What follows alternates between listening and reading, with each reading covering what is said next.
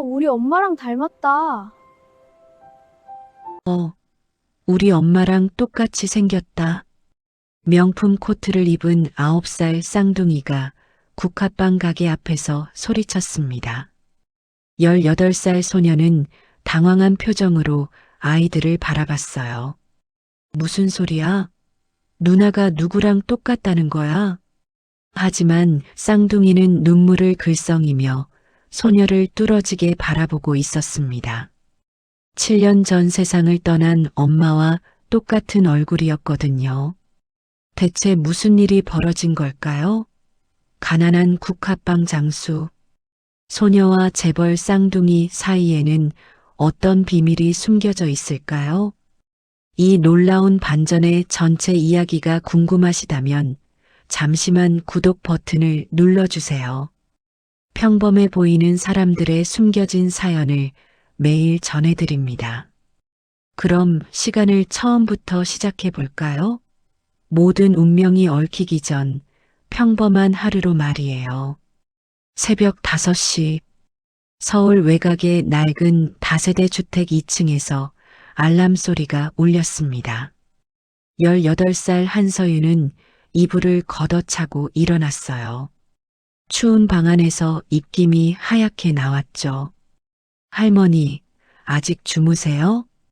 옆방에서 기침 소리가 들려왔습니다. 서윤은 서둘러 옷을 입고 부엌으로 향했어요. 낡은 가스레인지에 물을 올리고 라면을 끓였습니다. 아침 식사 겸 점심 도시락이었죠. 할머니, 약 드세요. 서윤은 할머니 방문을 조심스럽게 열었습니다. 70이 넘은 할머니는 작은 이불 속에서 장기침을 하고 계셨어요. 서윤아, 너 학교 가야지. 나는 괜찮아. 먼저 약부터요. 어제 병원에서 꼭 먹으라고 했잖아요. 서윤은 할머니의 등을 부축해 일으켜 세웠습니다. 할머니의 몸은 너무 가벼웠어요. 몇 달 사이 살이 많이 빠지셨습니다. 약을 드신 할머니는 다시 누우셨고 서윤은 라면 한 그릇을 후루룩 비웠어요. 시계를 보니 6시였습니다. 서둘러야 했죠. 할머니, 다녀올게요. 저녁에는 일찍 들어올게요.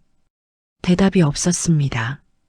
할머니는 다시 잠드신 것 같았어요. 서윤은 조용히 문을 닫고 현관을 나섰습니다. 찬바람이 얼굴을 때렸습니다. 서윤은 낡은 패딩 점퍼의 지퍼를 목까지 올렸어요. 손에 든 가방은 무거웠습니다. 교과서가 아니라 국화빵 만드는 도구들이 들어 있었거든요. 버스 정류장까지 10분을 걸었습니다. 아직 해가 뜨기 전이라 거리는 어두웠어요. 가로등 아래에서 버스를 기다리는 동안 서윤은 주머니 속 휴대폰을 꺼냈습니다. 미납 문자가 쌓여 있었어요. 전기요금, 수도요금, 그리고 병원비. 서윤은 한숨을 쉬며 휴대폰을 다시 주머니에 넣었습니다. 버스가 도착했습니다. 서윤은 가장 뒷자리에 앉아 창밖을 바라봤어요. 세상이 조금씩 밝아지고 있었습니다. 학교에 도착한 건 7시 30분이었습니다. 아직 정문이 열리지 않았지만 서윤은 후문으로 들어가 교실로 향했어요. 텅 빈 교실에서 책상에 엎드려 잠시 눈을 붙였습니다. 야, 한서윤, 또 자냐? 친구의 목소리에 서윤은 깜짝 놀라 고개를 들었습니다. 벌써 8시가 넘었고 교실은 학생들로 가득 차 있었어요. 미안, 깜빡 졸았나 봐. 너 요즘 완전 좀비 같아. 어제도 야간 자율학습 빠졌잖아. 서윤은 애매하게 웃었습니다.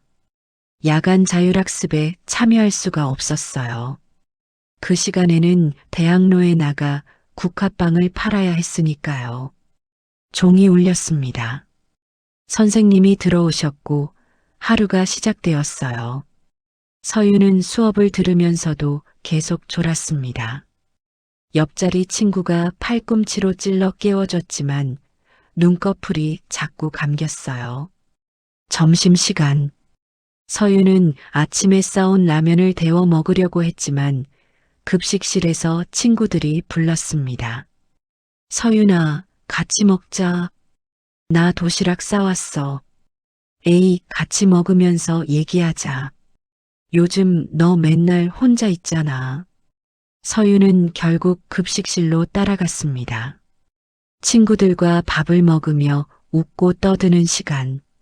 잠시나마 평범한 고등학생이 된 기분이었어요. 너 수능 성적 어땠어? 말 안 하던데. 친구의 질문에 서유는 잠시 멈칫했습니다. 그냥 괜찮았어. 사실 성적은 좋았습니다. 서울 안에 있는 대학은 어디든 갈 수 있을 만큼요.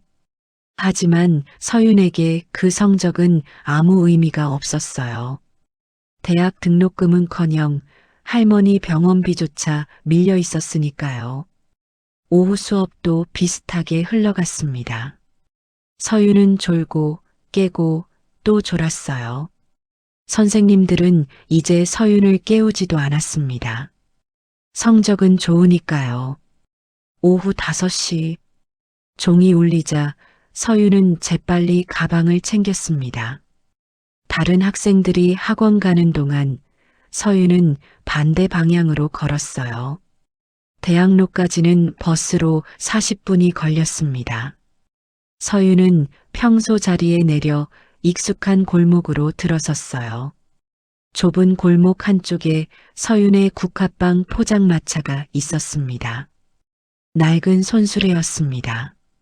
페인트가 벗겨지고 바퀴도 삐걱거렸지만 서윤에게는 소중한 생계 수단이었어요. 서윤은 능숙하게 준비를 시작했습니다. 국화빵 틀을 꺼내고 가스통을 연결하고 재료들을 정리했어요. 모든 동작이 익숙했습니다. 지난 2년 동안 매일 반복한 일이었으니까요. 6시가 되자 거리에 사람들이 하나둘 나타났습니다. 퇴근길 직장인들, 학원 가는 학생들이 지나갔어요. 국화빵이요. 따뜻한 국화빵 있어요. 서윤의 목소리가 저녁 공기를 가르며 울려 퍼졌습니다. 추운 날씨였지만 국화빵을 굽는 열기 덕분에 손은 따뜻했어요. 첫 손님이 다가왔습니다. 국화빵 4개 주세요. 감사합니다. 금방 구워드릴게요. 서윤은 환하게 웃으며 국화빵을 틀에 부어 넣었습니다. 반죽이 노릇노릇하게 익어가는 모습을 보며 서윤은 조금 안심했어요. 오늘도 무사히 하루를 시작했습니다. 오늘도 할머니의 약값을 벌 수 있을 것 같았어요. 하지만 서윤은 몰랐습니다. 오늘 저녁 특별한 손님이 찾아올 거라는 것을, 그 만남이 모든 것을 바꿔놓을 거라는 것을요. 저녁 7시, 대학로 거리는 점점 더 붐비기 시작했습니다. 서윤의 국화빵 포장마차 앞에도 손님들이 줄을 섰어요. 국화빵 2개요. 감사합니다. 잠시만 기다려주세요. 서윤은 능숙하게 국화빵을 뒤집으며 손님들을 맞이했습니다. 차가운 겨울바람이 불었지만 국화빵 굽는 열기 덕분에 견딜만 했어요. 바로 그때였습니다. 형, 저기 봐. 국화빵이래. 어린아이의 목소리가 들려왔습니다. 서윤이 고개를 돌리자 명품 코트를 입은 남자아이 둘이 포장마차 쪽으로 뛰어오고 있었어요. 쌍둥이였습니다. 9살쯤 되어 보이는 두 남자아이는 똑같이 생긴 얼굴로 국화빵을 신기한 듯 바라봤죠. 아저씨, 여기서 기다리고 계세요. 네, 도련님들. 뒤에서 정장을 입은 남자가 따라왔습니다. 운전기사로 보였어요. 어서 오세요. 뭐 드릴까요? 서윤이 환하게 웃으며 물었습니다. 쌍둥이 중 한 명이 조심스럽게 다가왔어요. 이거 뭐예요? 국화빵이야. 꽃 모양으로 생겨서 국화빵이라고 해. 안에 팥이 들어있고 따뜻하고 달콤해. 맛있어요? 응, 아주 맛있지. 먹어볼래? 쌍둥이는 서로 눈을 마주쳤습니다. 그리고 동시에 고개를 끄덕였어요. 2개 주세요. 알았어. 금방 구워줄게. 서유는 국화빵 틀에 반죽을 부어 넣었습니다. 노릇노릇하게 익어가는 국화빵을 보며 쌍둥이는 눈을 반짝였어요. 형, 진짜 꽃 모양이다. 응, 신기하다. 잠시 후 서유는 각 구운 국화빵 2개를 봉지에 담아 건넸습니다. 여기 뜨거우니까 조심해서 먹어. 활발해 보이는 동생이 먼저 국화빵을 한 입 베어 물었습니다. 그 순간 아이의 눈이 휘둥그레졌어요. 와, 진짜 맛있어. 형도 조심스럽게 한 입 베어 물었습니다. 그리고 천천히 씹으며 미소를 지었어요. 정말 맛있네요. 그치? 많이 먹어. 서유는 흐뭇하게 웃으며 쌍둥이를 바라봤습니다. 비싼 옷을 입었지만 왠지 모르게 외로워 보이는 아이들이었어요. 누나, 이거 얼마예요? 2개에 2,000원이야. 쌍둥이 중 형이 주머니에서 지갑을 꺼냈습니다. 작은 명품 지갑이었어요. 그 안에서 10,000원짜리 지폐를 꺼내 서윤에게 건넸습니다. 거스름돈 여기 있어. 서윤이 8,000원을 돌려주려 하자 동생이 고개를 저었습니다. 누나, 거스름돈은 안 받을래요. 너무 맛있어서요. 아니야, 이건 받아야 해. 장사하는 거니까. 서유는 억지로라도 동전을 쌍둥이 손에 쥐어주었습니다. 아이들은 그제야 돈을 받았어요. 누나, 우리 내일 또 와도 돼요? 그럼 언제든지 와. 누나가 맛있는 국화빵 만들어 놓고 기다릴게. 쌍둥이는 환하게 웃으며 손을 흔들었습니다. 운전기사가 아이들을 데리고 횡단보도를 건너 검은색 고급 세단 쪽으로 갔어요. 서유는 그 모습을 보며 고개를 갸웃했습니다. 재벌집 아이들 같은데 왜 그렇게 외로워 보이는 걸까요? 하지만 곧 다른 손님이 왔고 서유는 다시 국화빵을 굽기 시작했습니다. 저녁 9시 손님이 뜸해지자 서유는 포장마차를 정리하기 시작했습니다. 오늘 번 돈을 세어보니 45,000원이었어요. 할머니 약값은 되겠습니다. 서유는 손수레를 끌고 골목 안쪽 창고로 향했습니다. 작은 컨테이너 창고였는데 월세 10만 원을 내고 빌린 곳이었어요. 짐을 정리하고 문을 잠근 뒤 서유는 버스 정류장으로 걸어갔습니다. 온몸이 무거웠어요. 새벽부터 밤까지 쉬지 않고 움직였으니까요. 버스 안에서 서유는 창밖을 바라봤습니다. 네온사인이 빛나는 거리, 따뜻한 식당 안에서 밥을 먹는 사람들, 손을 잡고 걷는 연인들. 서유는 언제쯤 저렇게 평범한 삶을 살 수 있을까요? 집에 도착한 건 밤 10시였습니다.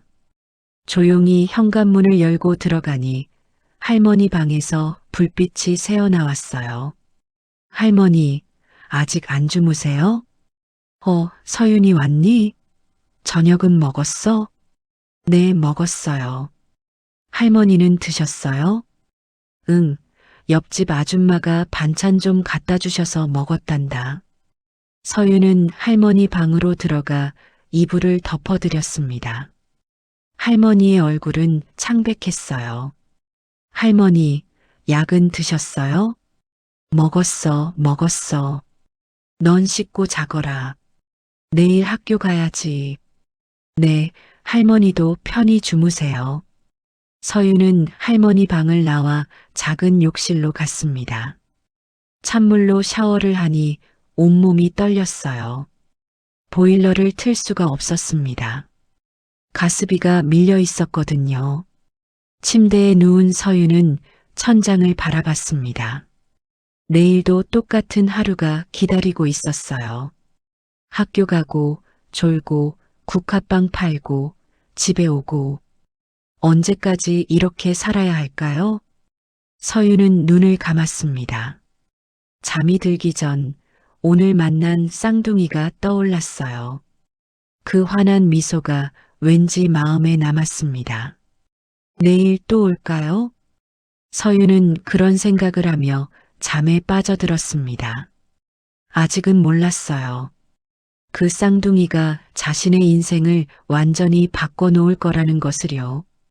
다음 날 오후, 쌍둥이 형제는 학교가 끝나자마자 차에 올라탔습니다. 김 기사님, 어제 그 국화빵 가게로 가주세요. 동생 준서가 신이 나서 말했습니다. 형 준혁도 조용히 고개를 끄덕였어요. 네, 도련님들. 운전기사 김 씨는 백미러로 쌍둥이를 바라봤습니다. 아이들이 이렇게 밝은 표정을 짓는 건 정말 오랜만이었어요. 특히 준혁은 평소 거의 웃지도 않는 아이였는데 오늘은 입가에 미소가 머물러 있었습니다. 차는 대학로를 향해 달렸습니다. 같은 시각 서유는 학교를 마치고 서둘러 포장마차로 향하고 있었습니다. 오늘은 날씨가 비교적 따뜻했어요. 겨울 해가 포근하게 내리쬐고 있었죠. 포장마차를 준비하면서 서유는 문득 어제 만난 쌍둥이를 떠올렸습니다. 정말 또 올까요? 그냥 한번 온 손님일 수도 있는데. 하지만 왠지 모르게 기대가 되었습니다. 그 밝은 미소가 자꾸 떠올랐어요. 오후 5시, 서유는 국화빵을 굽기 시작했습니다. 따뜻한 날씨 덕분에 오늘은 목도리와 모자를 벗어두었어요. 포장마차 한쪽에 걸어둔 모자와 목도리가 바람에 살랑거렸습니다. 누나, 익숙한 목소리가 들려왔습니다. 서윤이 고개를 들자 쌍둥이가 손을 흔들며 달려오고 있었어요. 또 왔구나.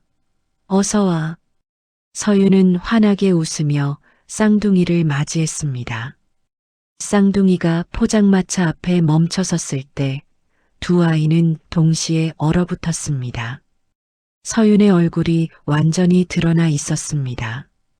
목도리도 모자도 없이 맑은 햇살 아래 그녀의 얼굴이 선명하게 보였어요. 준서의 입이 떡 벌어졌습니다. 준혁의 눈이 커졌어요. 서윤은 쌍둥이의 이상한 반응을 보며 고개를 갸웃했습니다. 왜 그래? 무슨 일 있어? 하지만 쌍둥이는 대답하지 못했습니다. 그저 서윤을 뚫어지게 바라볼 뿐이었어요. 준서가 떨리는 손으로 준혁의 옷자락을 잡았습니다. 형, 응. 준혁도 믿을 수 없다는 표정이었습니다. 누나가, 엄마랑 두 아이가 동시에 중얼거렸습니다. 왜 그래, 얘들아? 어디 아파? 서윤이 걱정스럽게 쌍둥이에게 다가갔습니다. 그 순간 준서가 큰 소리로 외쳤어요. 우리 엄마랑 똑같이 생겼다. 시간이 멈춘 것 같았습니다. 서윤은 쌍둥이를 멍하니 바라봤습니다. 무슨 말인지 이해할 수 없었어요. 준혁이 조심스럽게 다가왔습니다. 아이의 눈에는 눈물이 가득 고여 있었어요. 정말 똑같아요. 무슨 소리야? 누나가 누구랑 똑같다는 거야? 서윤이 당황해서 물었지만 쌍둥이는 여전히 충격에서 벗어나지 못하고 있었습니다. 준서가 주머니에서 작은 액자를 꺼냈습니다. 언제나 가지고 다니는 엄마 사진이었어요. 은색 액자 안에는 젊은 여자의 사진이 들어 있었습니다. 이 사람이요. 우리 엄마예요. 서유는 사진을 받아들었습니다. 그리고 깜짝 놀라 입을 막았어요. 사진 속 여자는 서윤과 정말로 많이 닮아 있었습니다. 눈매, 코, 입술의 모양까지 마치 거울을 보는 것 같았어요. 이게 서윤의 손이 떨렸습니다. 누나, 우리 엄마는 7년 전에 돌아가셨어요. 준혁이 조용히 말했습니다. 아이의 목소리는 슬픔으로 가득했어요. 우리가 2살 때요. 그래서 엄마 얼굴을 잘 기억 못해요. 그런데 누나를 보니까 준서가 말을 이었습니다. 엄마가 살아 돌아온 것 같아요. 서유는 사진을 다시 들여다봤습니다. 정말 신기할 정도로 닮았어요. 하지만 이게 대체 무슨 의미일까요? 아저씨, 준서가 뒤를 돌아보며 손을 흔들었습니다. 김 기사가 조심스럽게 다가왔어요. 김 아저씨, 이 누나 좀 보세요. 우리 엄마랑 똑같지 않아요? 김 기사는 서윤을 바라봤습니다. 그리고 깜짝 놀라 눈을 크게 떴어요. 이게 김 기사도 믿을 수 없다는 표정이었습니다. 지난 7년 동안 매일 저택에 걸린 마님 사진을 봐왔는데 지금 눈앞에 있는 소녀는 그 사진과 너무나 똑같았습니다. 서유는 혼란스러웠습니다. 사진을 쌍둥이에게 돌려주며 말했어요. 사람은 누구나 닮은 사람이 있다고 하잖아. 그냥 우연일 거야. 하지만 준서는 고개를 저었습니다. 아니에요. 이건 우연이 아니에요. 너무 똑같아요. 준혁도 서윤의 손을 잡았습니다. 작고 따뜻한 손이었어요. 누나, 이름이 뭐예요? 한서윤이야. 가족은 누구랑 살아요? 할머니랑 둘이 살아. 부모님은요? 서윤은 잠시 침묵했습니다. 그리고 조용히 대답했어요. 엄마는 내가 8살 때 돌아가셨어. 아빠는? 서윤은 말을 잇지 못했습니다. 아빠에 대해서는 아는 게 없었어요. 엄마도 그 얘기를 절대 하지 않으셨으니까요. 김 기사는 쌍둥이를 보며 말했습니다. 도련님들, 이제 가봐야 할 것 같습니다. 회장님께서 기다리고 계십니다. 하지만 쌍둥이는 움직이지 않았습니다. 누나, 우리 내일 또 올게요. 꼭이요. 응, 그래. 조심해서 가. 서유는 애써 웃으며 쌍둥이를 배웅했습니다. 차가 떠나간 후 서유는 멍하니 서 있었습니다. 아까 본 사진이 자꾸 떠올랐어요. 왜 저렇게 닮은 걸까요? 정말 우연일까요? 서유는 고개를 저었습니다. 너무 깊게 생각하지 말자. 그냥 우연이겠지. 하지만 마음 한구석이 불편했습니다. 뭔가 잊고 있는 것 같은 느낌이 들었어요. 그날 밤 서유는 집에 돌아와 할머니께 물어봤습니다. 할머니, 제가 누구랑 닮았어요? 할머니는 잠시 멈칫하셨습니다. 왜 갑자기 그런 걸 물어보니? 그냥요. 궁금해서요. 할머니는 서윤을 한참 바라보시다가 말씀하셨습니다. 너는 내 엄마 꼭 닮았단다. 엄마요? 응. 너희 엄마도 참 예뻤지. 너처럼. 서윤은 더 이상 묻지 않았습니다. 하지만 가슴 한쪽이 답답했어요. 그날 밤 서윤은 오래 잠들지 못했습니다. 시퀀스 사서태양의 조사 시작 천자. 그날 저녁 서태양 회장은 거대한 저택의 서재에 앉아 있었습니다. 48세의 나이에도 그의 얼굴에는 피로와 근심이 가득했어요. 책상 위에는 한 장의 사진이 놓여 있었습니다. 7년 전 세상을 떠난 아내 정아름의 사진이었죠. 노크 소리가 들렸습니다. 회장님, 김 기사입니다. 들어오게.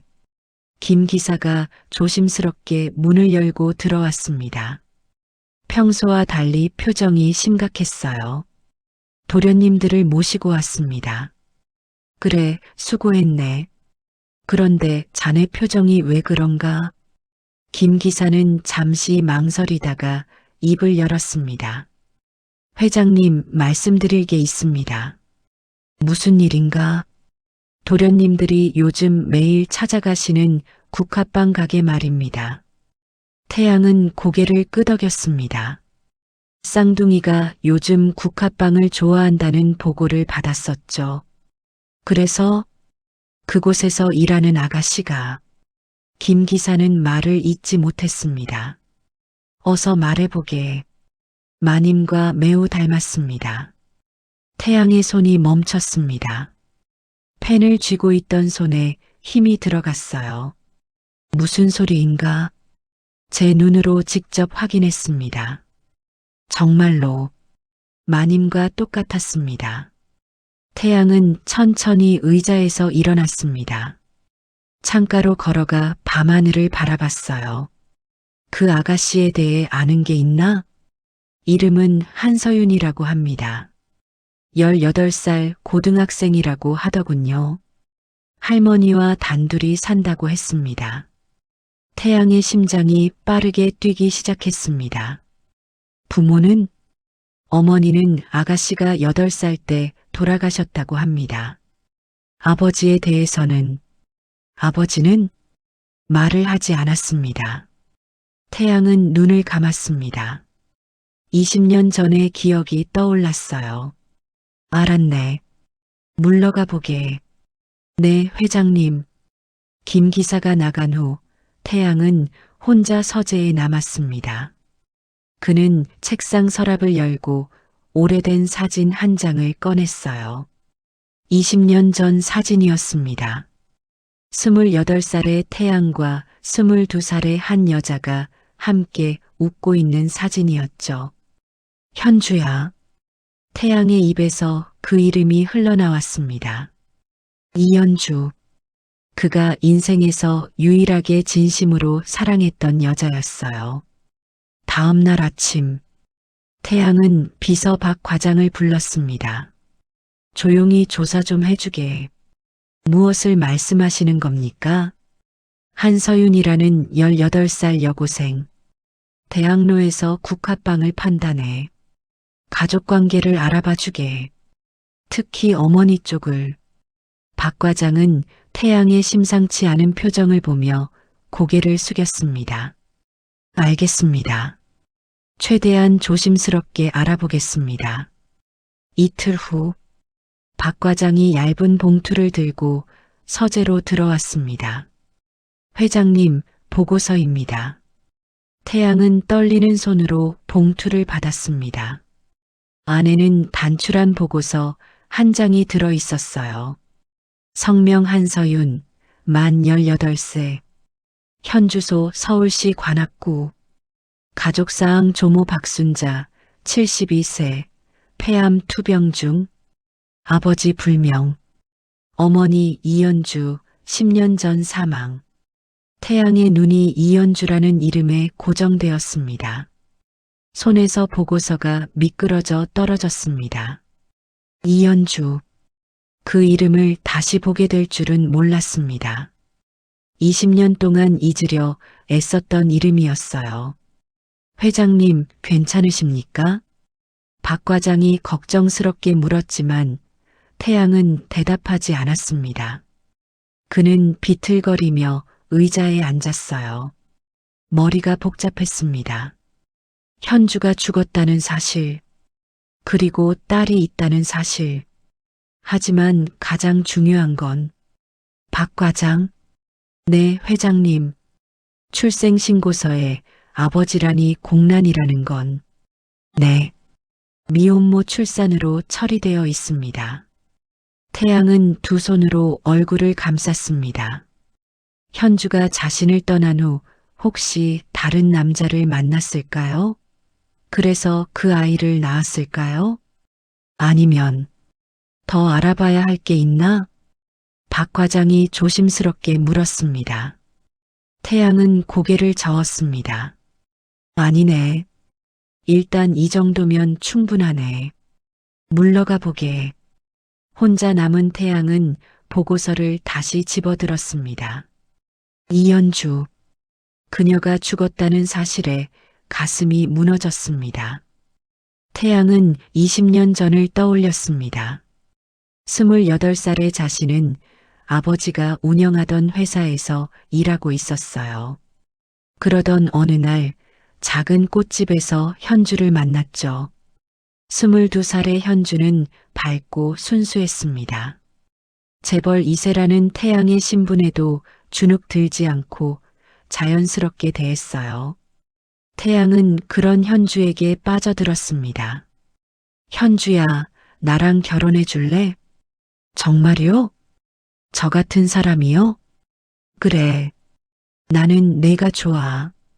하지만 아버지의 반대가 시작되었습니다. 미쳤느냐? 그런 집안도 없는 여자를 며느리로? 아버지, 전 현주를 사랑합니다. 안 된다. 내가 살아있는 한 절대 안 돼. 태양은 결국 아버지의 뜻을 거역하지 못했습니다. 회사를 물려받아야 했고, 그러기 위해서는 아버지의 승인이 필요했어요.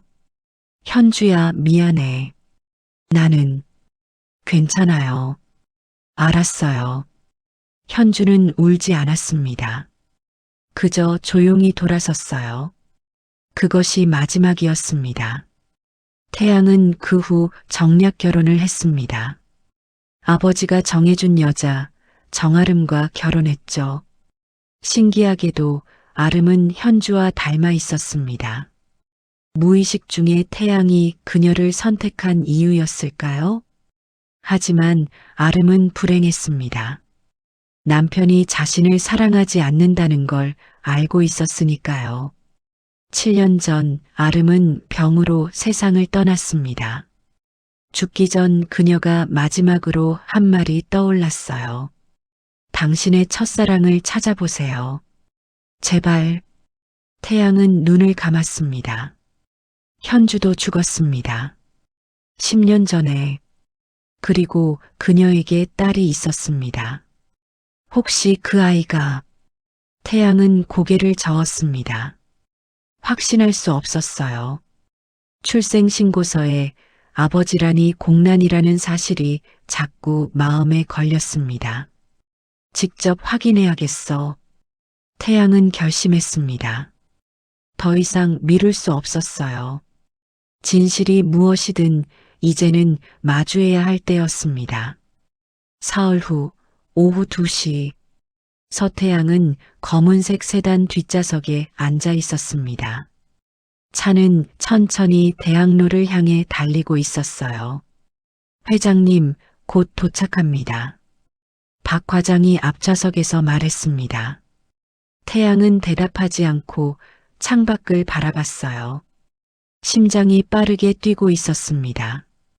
20년 만에 현주와 관련된 사람을 만나게 되는 순간이었어요. 혹시 정말 자신의 딸일까요? 아니면 현주가 자신을 떠난 후 다른 남자의 아이를 낳은 걸까요? 차가 골목 입구에 들어섰을 때였습니다. 저게 무슨 일입니까? 박 과장이 앞쪽을 가리키며 말했습니다. 태양은 고개를 들었어요. 골목 안쪽이 소란스러웠습니다. 사람들이 웅성거리며 무언가를 구경하고 있었죠. 가까이 가보게. 차가 천천히 앞으로 나아갔습니다. 그리고 태양은 그 광경을 목격했습니다. 구청 단속반 차량과 용역 트럭이 골목을 가득 메우고 있었어요. 험악한 인상의 용역 직원들이 낡은 국화빵 포장마차를 부수고 있었습니다. 불법 노점상 강제 철거입니다. 단속 반원의 차갑고 기계적인 목소리가 들려왔습니다. 그때 태양의 눈에 한 소녀가 들어왔습니다. 낡은 패딩 점퍼를 입은 여고생이 트럭 앞을 막아서고 있었어요. 두 팔을 벌린 채 필사적으로 버티고 있었죠. 안 돼요. 제발 이것만은 안 돼요.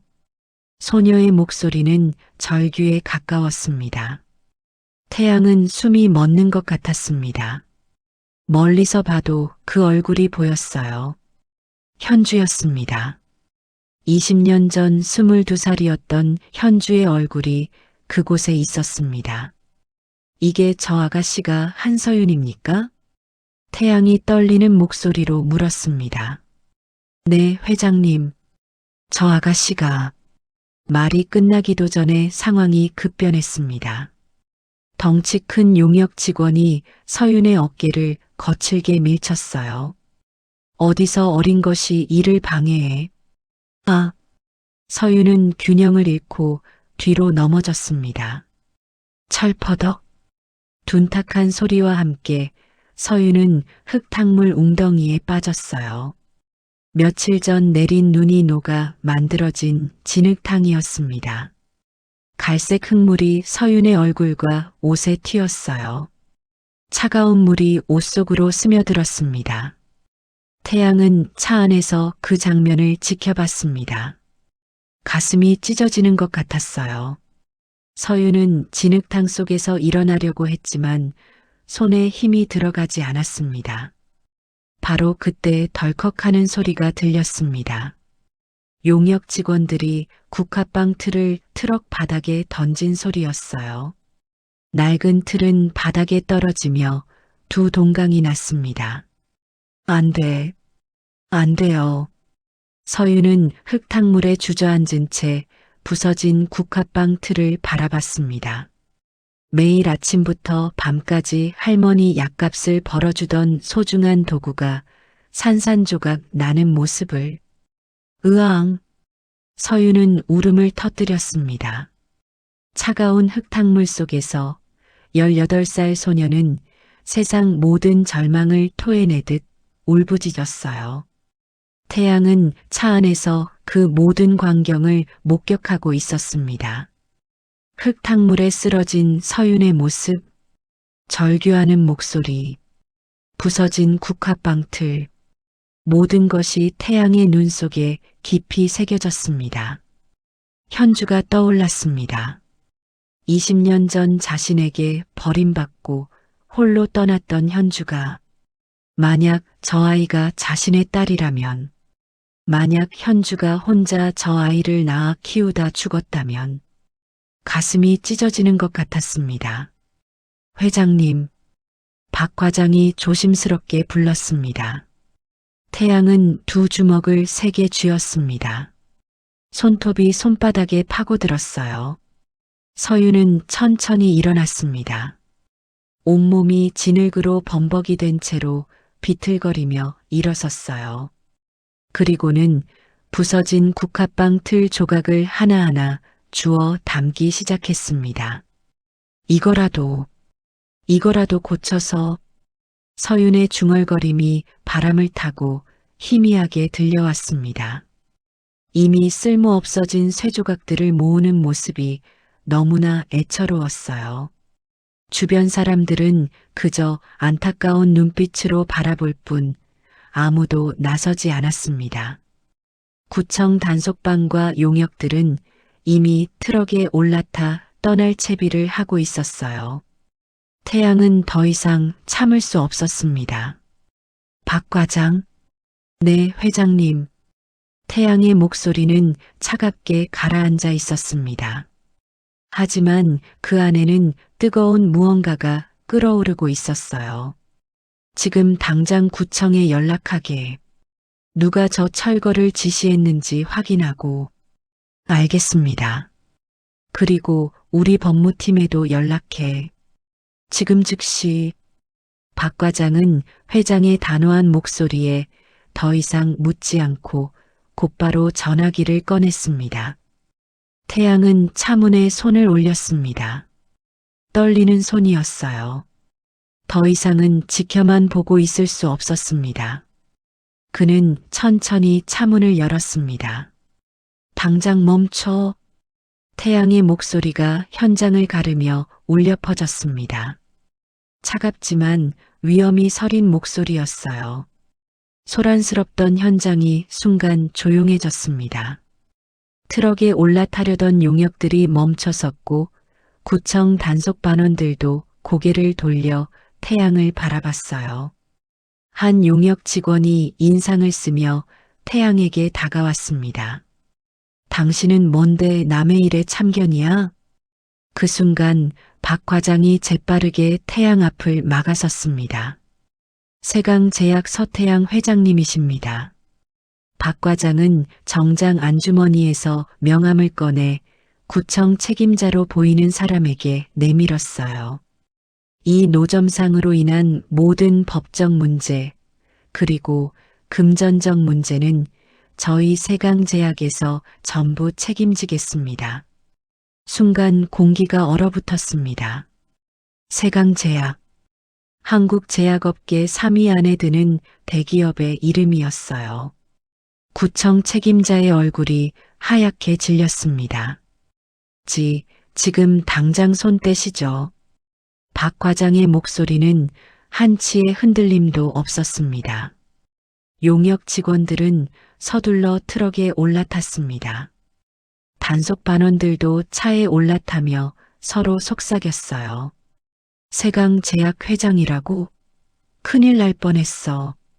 하지만 태양은 그 모든 소란을 신경 쓰지 않았습니다.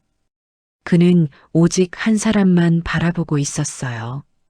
흙탕물 속에 주저앉아 부서진 국화빵 틀을 쥐고 있는 서윤을. 태양은 첫걸음을 내디뎠습니다. 심장이 쿵하고 울렸습니다. 또 한 걸음. 구경하던 사람들이 조용히 길을 비켜주었습니다. 태양은 서윤 바로 앞에 멈춰섰습니다. 서윤은 여전히 고개를 숙인 채 국화빵 틀 조각을 쥐고 있었어요. 진흙으로 범벅이 된 손은 떨리고 있었습니다. 태양은 서윤을 내려다봤습니다.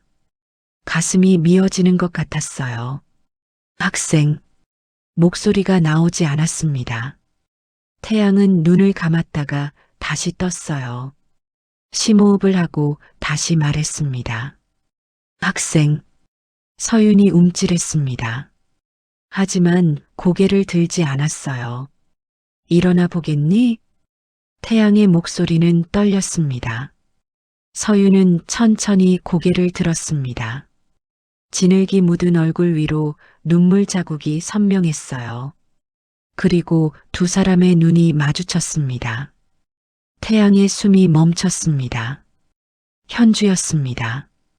22살 꽃집에서 처음 만났을 때의 현주가 그곳에 있었어요. 맑고 순수했던 그 눈동자. 모든 것이 똑같았습니다. 태양의 눈에서 눈물이 흘러내렸습니다. 태양은 재킷을 벗어 서윤의 어깨에 걸쳐 주었습니다.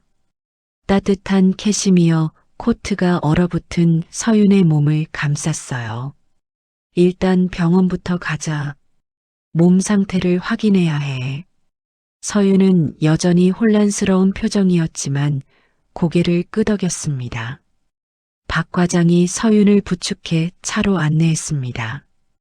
태양도 뒤따라 차에 올랐어요. 차문이 닫히자 바깥의 소란이 차단되었습니다. 조용했습니다. 엔진 소리만 낮게 울렸어요. 서윤은 뒷좌석에 앉아 창밖을 멍하니 바라봤습니다. 진흙으로 범벅이 된 옷에서 물이 뚝뚝 떨어졌어요. 태양은 서윤 옆에 앉았습니다. 한참 동안 아무도 말하지 않았습니다. 학생. 태양이 조심스럽게 입을 열었습니다. 네. 서윤이 작게 대답했습니다. 이름이 뭐니? 한서윤입니다. 가족은? 할머니랑 둘이 살아요. 부모님은? 서유는 잠시 침묵했습니다. 엄마는 제가 8살 때 돌아가셨어요. 아빠는? 서유는 말을 잇지 못했습니다. 태양은 심호흡을 했습니다. 혹시 어머니 성함을 알 수 있을까? 서유는 태양을 바라봤습니다. 왜 이런 질문을 하는지 이해할 수 없었어요. 이연주요. 엄마 이름은 이연주예요. 그 순간 태양의 눈에서 눈물이 흘러내렸습니다. 48년을 살아오며 사업가로서 수많은 고비를 넘기며 그 누구 앞에서도 약한 모습을 보이지 않았던 태양이 지금 눈물을 흘리고 있었습니다. 아저씨, 괜찮으세요? 서윤이 걱정스럽게 물었습니다. 태양은 고개를 저었습니다. 미안하다. 그 이름을 오랜만에 들어서. 차는 병원에 도착했습니다. VIP 전용 응급실이었어요. 의사들이 서윤을 진찰했습니다. 다행히 큰 부상은 없습니다. 다만 저체온증이 우려되니 따뜻하게 해드려야 합니다. 태양은 고개를 끄덕였습니다. 감사합니다, 선생님. 진찰이 끝난 후 태양은 서윤과 함께 병원 상담실에 앉았습니다. 서윤 학생. 네. 내가 하나 제안을 하고 싶은데 들어주겠니? 서윤은 고개를 갸웃했습니다. DNA 검사를 해보면 어떨까? DNA 검사요? 그래. 나와 너희. 서윤은 더욱 혼란스러운 표정이었습니다. 왜요? 왜 저랑 DNA 검사를 하시려고 하세요?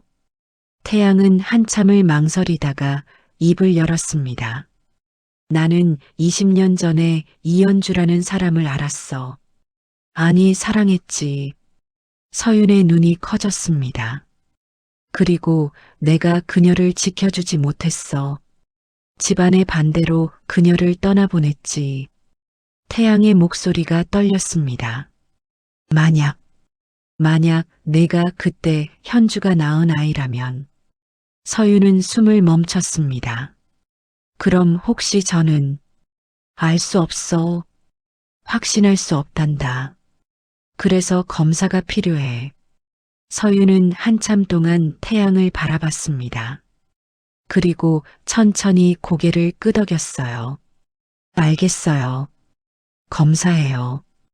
일주일이 지났습니다. 태양은 그동안 단 한순간도 마음 편할 수가 없었습니다. 검사 결과가 나오기를 기다리는 동안 매일 밤 잠을 이루지 못했어요.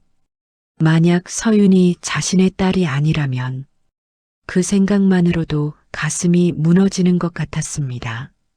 하지만 동시에 만약 정말 자신의 딸이라면 그동안 서윤을 고생시킨 자신을 어떻게 용서할 수 있을까요? 그날 오후 태양은 서윤과 함께 병원을 찾았습니다. 의사가 봉투를 건넸습니다. 얇은 종이 한 장이 들어있는 봉투였어요. 태양의 손이 떨렸습니다. 봉투를 열 수가 없었어요. 제가 볼까요? 서윤이 조심스럽게 말했습니다. 태양은 고개를 끄덕였어요. 서윤이 봉투를 열었습니다. 종이를 꺼내 읽었어요. 친자 관계 확률 99.99%. 서윤의 목소리가 떨렸습니다. 순간 태양의 눈앞이 하얗게 변했습니다. 99.99%. 의심의 여지가 없었습니다. 서윤은 자신의 딸이었습니다. 태양은 서윤의 손에서 종이를 받아들었습니다. 부녀관계라는 글자가 선명하게 적혀 있었어요. 으아. 태양의 입에서 신음이 흘러나왔습니다. 종이를 붙들고 그는 그대로 무너졌어요. 의자에 앉은 채로 두 손으로 얼굴을 감싸고 태양은 통곡했습니다. 미안하다. 미안해. 정말 미안해. 48년을 살아오며 쌓아온 모든 것이 무너져 내렸습니다. 회장이라는 직함도 재벌이라는 신분도 아무 의미가 없었어요. 지금 태양은 그저 한 명의 아버지였습니다. 딸을 지켜주지 못한, 딸의 존재조차 몰랐던 한심한 아버지였습니다. 널 버리려던 게 아니야. 태양이 울먹이며 말했습니다. 내가 몰랐어. 정말 몰랐어. 현주가 너를 임신했다는 것도, 너를 혼자 낳아 키웠다는 것도. 서유는 태양 옆에 앉았습니다. 그리고 조용히 태양의 등을 쓰다듬어 주었어요. 괜찮아요. 서윤의 목소리는 담담했습니다. 전 아빠를 원망한 적 없어요. 몰랐던 거잖아요. 그 말에 태양은 더욱 목 놓아 울었습니다. 서윤아, 엄마도 마지막엔 아빠를 용서했을 거예요. 서윤의 눈에서도 눈물이 흘러내렸습니다. 저를 딸로 받아주실 거예요? 태양은 고개를 들어 서윤을 바라봤습니다. 눈물 범벅이 된 얼굴이었어요. 그는 서윤을 꼭 껴안았습니다. 딸을 처음으로 안았습니다. 18년 만에 처음으로. 미안하다. 정말 미안해. 앞으로는 너를 꼭 지켜줄게. 태양의 울음이 병원 복도에 울려 퍼졌습니다. 그날 밤 태양은 집으로 돌아와 쌍둥이를 불렀습니다. 준혁아, 준서야. 네, 아빠. 쌍둥이가 서재로 들어왔습니다. 태양은 무릎을 꿇고 아이들과 눈높이를 맞췄어요. 너희에게 할 말이 있어. 무슨 말이에요? 너희가 매일 찾아가던 국화빵 누나 있지? 쌍둥이의 눈이 반짝였습니다. 네, 서윤 누나요. 그 누나가. 태양은 잠시 말을 멈췄습니다. 너희 누나야. 아빠의 딸이고 너희의 친누나야. 쌍둥이는 잠시 멍하니 태양을 바라봤습니다. 그리고 준서가 먼저 소리쳤어요. 진짜요? 정말이에요? 그래, 정말이야. 와, 형, 우리 누나 생겼대. 준서가 준혁을 꼭 껴안았습니다. 준혁도 환하게 웃었어요. 그래서 누나가 엄마랑 똑같이 생긴 거였구나. 태양은 쌍둥이를 안아주었습니다. 미안하다. 아빠가 늦게 찾아서. 괜찮아요, 아빠. 이제라도 찾았잖아요. 준혁이 태양의 등을 토닥였습니다. 그날 밤 세강 가족은 조금씩 치유되기 시작했습니다. 오랜 시간 멈춰있던 시계가 다시 움직이기 시작한 것처럼. 하지만 아직 끝나지 않았습니다. 진짜 진실은 이제부터 밝혀질 예정이었어요. 이틀 후 태양은 서윤과 함께 할머니가 입원해 계신 병원을 찾았습니다. 할머니, 제가 모시고 온 분이 계세요. 서윤이 조심스럽게 문을 열었습니다. 낡은 병원 침대에 할머니가 누워 계셨어요. 72세의 나이에 폐암까지 앓고 계셔서 얼굴은 많이 야위어 있었습니다. 태양이 문을 들어서자 할머니는 천천히 고개를 돌렸습니다. 그리고 태양의 얼굴을 보는 순간 할머니의 눈이 커졌어요. 당신이. 할머니의 목소리는 약했지만 또렷했습니다. 서태양. 맞지요? 태양은 깊게 고개를 숙였습니다. 네, 그렇습니다. 저는 서태양이라는 사람입니다. 할머니의 눈에서 눈물이 흘러내렸습니다. 현주가 말했어요. 당신 얘기를. 태양은 할머니 옆 의자에 앉았습니다. 서윤도 반대편에 앉았어요. 할머니, 말씀해 주실 수 있으십니까? 현주에 대해서.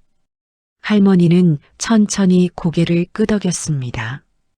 현주는 좋은 아이였어요. 할머니의 목소리에는 그리움이 묻어났습니다.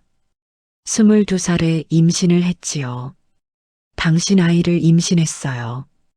태양의 가슴이 철렁 내려앉았습니다. 현주가 당신에게 말했대요. 아기가 생겼다고. 뭐라고요? 태양의 목소리가 떨렸습니다. 하지만 그 다음 날 당신 아버지가 찾아왔어요. 할머니는 잠시 숨을 고르며 말을 이었습니다. 돈을 던지며 말했지요. 아이를 지우고 떠나라고. 태양이를 다시는 만나지 말라고. 태양은 두 손으로 얼굴을 감쌌습니다. 아버지가 그런 짓을 했다니. 현주는 돈을 바닥에 던져버렸어요. 그리고 말했지요. 이 아이는 제 전부라고. 당신이 빼앗아간 사람의 전부라고. 할머니는 눈물을 닦았습니다. 현주는 혼자 서윤이를 낳았어요. 출산 비용도 없어서 국립병원에서 낳았지요. 할머니. 서윤이 할머니의 손을 잡았습니다. 10년을 악착같이 살았어요. 신문 배달, 식당 일, 청소. 하루에 3시간도 못 자면서 서윤이를 키웠어요. 태양은 주먹을 꽉 쥐었습니다. 그러다 아프기 시작했지요. 겨울이었는데 병원비가 없어서 제대로 치료를 못 받았어요. 할머니의 목소리가 더욱 떨렸습니다. 현주가 죽기 며칠 전에 저한테 말했어요. 서윤이를 부탁한다고. 절대로 그 사람한테 연락하지 말라. 할머니 침대 옆에 무릎을 꿇고 두 손으로 얼굴을 감싸고 태양은 목 놓아 울었어요. 감사합니다. 왜? 태양이 떨리는 목소리로 물었습니다. 왜 저한테 연락하지 말라고 했습니까? 할머니는 태양을 똑바로 바라봤습니다. 저는 그 사람이 싫어요. 하지만 서윤이는 그 사람을 닮아서 행복했어요. 태양은 무너졌습니다. 태양의 목소리는 울음에 젖어 있었습니다. 제 딸을 살려주셔서 정말 감사합니다. 할머니는 고개를 저었습니다. 아니에요. 저도 외로웠어요. 서윤이가 있어서 저도 살았어요. 태양은 일어섰습니다. 그리고 할머니 앞에 바르게 섰어요. 그리고 깊게, 아주 깊게 허리를 숙여 큰 절을 올렸습니다. 48년 인생에서 회장 자리에 앉은 후로는 단 한 번도 누구에게 절한 적 없는 태양이 지금 할머니 앞에 큰 절을 올리고 있었습니다. 고맙습니다. 정말 고맙습니다. 태양은 절을 하고 또 했습니다. 제대로 속죄할 기회를 주셔서 감사합니다. 할머니는 눈물을 흘리며 손사래를 쳤습니다. 일어나세요. 제발. 하지만 태양은 멈추지 않았습니다. 서윤도 눈물을 흘리며 태양을 부축했어요. 아빠, 이제 그만해요. 그날 밤 태양은 서재에 홀로 앉았습니다. 책상 위에는 3장의 사진이 놓여 있었어요. 왼쪽에는 정아름의 사진, 7년 전 세상을 떠난 아내의 사진이었습니다. 오른쪽에는 이현주의 사진, 오래된 흑백 사진이었어요. 그리고 가운데에는 오늘 찍은 서윤의 사진이 놓여 있었습니다. 태양은 현주의 사진을 들어 올렸습니다. 현주야, 미안해. 정말 미안해. 태양의 목소리가 떨렸습니다. 내가 널 지켜주지 못했어. 아버지가 그런 짓을 할 줄 몰랐어. 태양은 눈물을 닦았습니다. 하지만 이제라도 알았어. 서윤이를 찾았어. 그는 서윤의 사진을 가슴에 안았습니다. 앞으로는 꼭 지켜줄게. 약속해. 창밖으로는 겨울바람이 불고 있었습니다. 하지만 태양의 마음속에는 작은 봄이 찾아오고 있었어요. 다음 날 태양은 중요한 결정을 내렸습니다.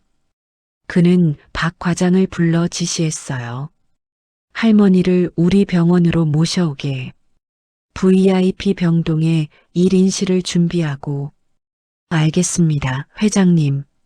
전담 의료진을 배치하고 최고의 치료를 받으실 수 있게 해드려라. 네, 회장님. 그리고 태양은 잠시 멈췄습니다. 할머니 이름으로 장학재단을 하나 만들어라. 박순자 장학재단. 서윤이처럼 어려운 환경의 학생들을 돕는 재단으로. 박 과장은 고개를 숙였습니다. 좋은 결정이십니다, 회장님. 일주일 후 할머니는 세강병원 VIP 병동으로 옮겨졌습니다. 넓은 창으로 서울 시내가 한눈에 보이는 1인실이었어요. 할머니, 여기 좋으시죠? 서윤이 환하게 웃으며 물었습니다. 너무 좋구나. 너무. 할머니는 눈물을 흘렸습니다. 태양이 병실에 들어왔습니다. 손에는 서류 하나를 들고 있었어요. 할머니, 이것 좀 보세요. 할머니는 돋보기를 쓰고 서류를 읽었습니다.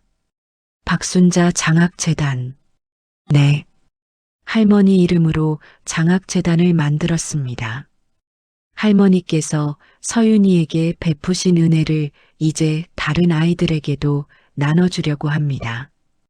할머니는 떨리는 손으로 태양의 손을 잡았습니다. 고맙습니다. 정말 고맙습니다. 제가 더 고맙습니다. 태양은 할머니의 손을 꼭 잡았어요. 그날 저녁 태양의 저택에서는 작은 가족 모임이 열렸습니다. 식탁에는 태양, 서윤, 그리고 쌍둥이가 앉아 있었어요. 누나, 이거 먹어봐. 준서가 신나서 서윤에게 음식을 권했습니다. 고마워, 준서야. 누나, 내일 우리 같이 놀러 갈래요? 준혁도 수줍게 물었습니다. 그럼 가자. 어디 가고 싶은데? 놀이공원. 쌍둥이가 동시에 소리쳤어요. 태양은 그 모습을 흐뭇하게 바라봤습니다. 비록 늦었지만 이제는 가족이 되었습니다. 서윤도 쌍둥이도 그리고 할머니도 모두가 함께하는 따뜻한 가족이 된 것이었어요. 하지만 태양은 알고 있었습니다. 이것이 끝이 아니라는 것을. 진짜 속죄는 이제부터 시작이라는 것을요. 6개월이 흘렀습니다. 봄이 왔습니다. 서윤은 이제 세강 저택에서 살고 있었어요. 쌍둥이와 함께, 아버지와 함께요. 할머니도 많이 좋아지셨습니다. 최고의 치료 덕분에 폐암이 안정기에 접어들었어요. 할머니, 오늘 기분 어때요? 서윤이 병실에 들어서며 환하게 웃었습니다. 아주 좋단다. 오늘은 산책도 나갔다 왔어. 정말요? 할머니 대단하세요. 할머니는 서윤의 손을 잡았습니다. 서윤아, 너 덕분에 할머니가 이렇게 오래 사네. 할머니, 그런 말씀 마세요. 아직 할머니랑 할 일이 많아요. 서윤의 눈에 눈물이 맺혔습니다. 그날 오후, 태양은 서윤을 서재로 불렀습니다.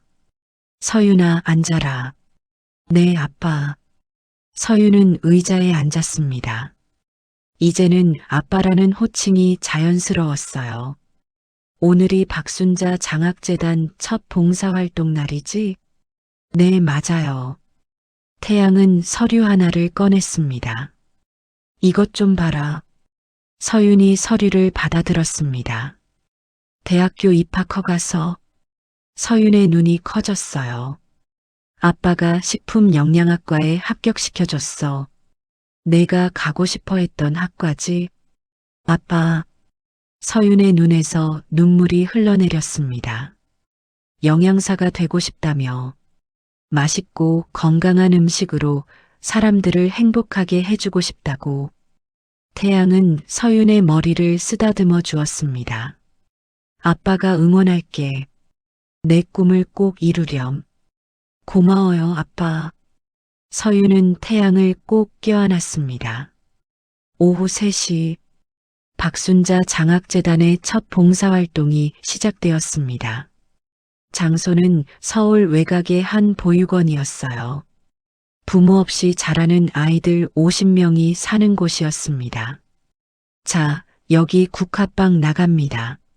서윤이 환하게 웃으며 각 구운 국화빵을 아이들에게 나눠주었습니다. 보육원 마당에는 특별히 가져온 국화빵 틀이 놓여 있었어요. 새로 산 틀이었습니다. 와, 국화빵이다. 저 2개 주세요. 아이들이 줄을 서며 즐거워했습니다. 누나, 저도 도와줄게요. 준서가 옆에서 서툰 솜씨로 국화빵을 뒤집었습니다. 형도 할래요. 준혁도 앞치마를 두르고 다가왔어요. 우리 준혁이, 준서가 정말 잘하네. 서윤이 칭찬하자 쌍둥이는 더욱 신이 나서 일을 도왔습니다. 태양은 조금 떨어진 곳에서 그 모습을 지켜보고 있었습니다.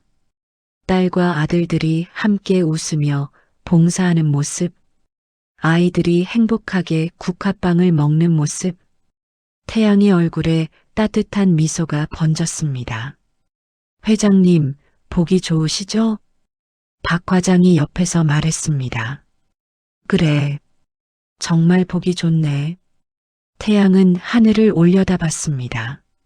맑은 봄 하늘이었어요. 현주야, 보고 있니?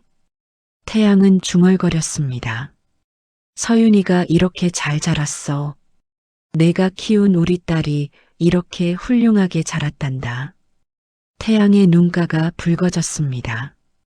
늦었지만 이제부터 내가 잘 지켜줄게. 약속해. 바람이 불어왔습니다. 따뜻한 봄바람이었어요. 봉사활동이 끝난 후 가족은 함께 저택으로 돌아왔습니다. 저녁 식사 시간. 넓은 식탁에는 태양, 서윤, 쌍둥이가 앉아 있었습니다. 누나, 오늘 국화빵 엄청 맛있었어. 준서가 신나서 말했습니다. 아이들이 정말 좋아했어요. 준혁도 덧붙였습니다. 다음 주에 또 가자. 이번엔 다른 보육원으로. 서윤이 제안했습니다. 좋아. 쌍둥이가 동시에 대답했어요.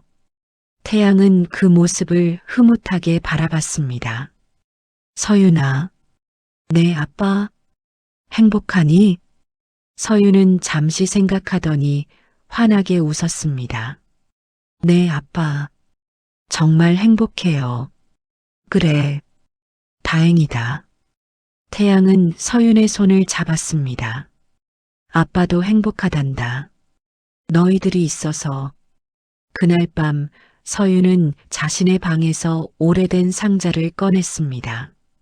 엄마 현주가 남긴 유품들이 담긴 상자였어요. 그 안에서 서윤은 흑백 사진 한 장을 꺼냈습니다. 22살 현주의 사진이었습니다. 꽃집 앞에서 찍은 사진이었는지 뒤로 꽃들이 보였어요.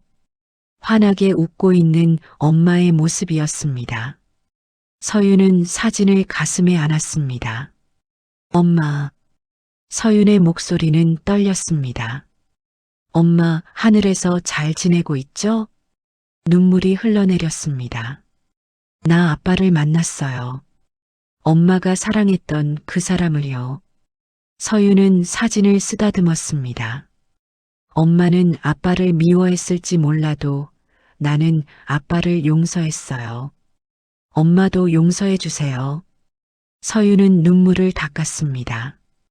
그리고 엄마, 나 이제 행복해요. 동생들도 생겼고, 아빠도 생겼고, 할머니도 건강해지셨어요. 서윤은 창밖을 바라봤습니다. 밤하늘에 별이 빛나고 있었어요. 엄마 고마워요. 날 낳아줘서 키워줘서 그리고 미안해요. 엄마 혼자 너무 힘들었죠. 서유는 사진에 입을 맞췄습니다. 사랑해요, 엄마. 하늘에서도 행복하세요. 다음 날 아침, 태양은 일찍 일어나 서재로 갔습니다. 책상 위에는 세 장의 사진이 나란히 놓여 있었어요. 왼쪽에는 정아름의 사진, 7년 전 세상을 떠난 아내의 사진, 오른쪽에는 현주의 사진, 20년을 사랑했던 여인의 사진, 그리고 가운데 가장 중요한 자리에는 새로운 가족 사진이 놓여 있었습니다. 태양과 서윤, 그리고 쌍둥이가 함께 웃고 있는 사진이었어요. 태양은 가운데 사진을 들어 올렸습니다. 이제 우리는 가족이야. 태양은 사진을 가슴에 안았습니다. 창밖으로는 봄 햇살이 따사롭게 비추고 있었습니다. 겨울은 끝났습니다. 차가운 흙탕물 속에서 시작된 이야기는 따뜻한 봄날의 햇살 속에서 새로운 시작을 맞이하고 있었죠. 국화빵 하나로 이어진 운명. 3대에 걸친 비극은 9살 쌍둥이의 순수함으로 마침내 구원을 받았습니다. 그리고 이제 그들은 함께 걸어갈 것입니다. 가족으로. 서유는 더 이상 혼자가 아니었습니다. 태양도 더 이상 죄책감에만 살지 않아도 되었어요. 쌍둥이도 엄마의 사랑을 닮은 누나를 만났습니다. 그리고 할머니는 손녀가 행복한 모습을 보며 평화로운 나날을 보내고 계셨어요. 비록 늦었지만 이제는 함께였습니다. 비록 아팠지만 이제는 치유되고 있었습니다. 국화빵의 따뜻함처럼 그들의 미래도 따뜻할 것입니다.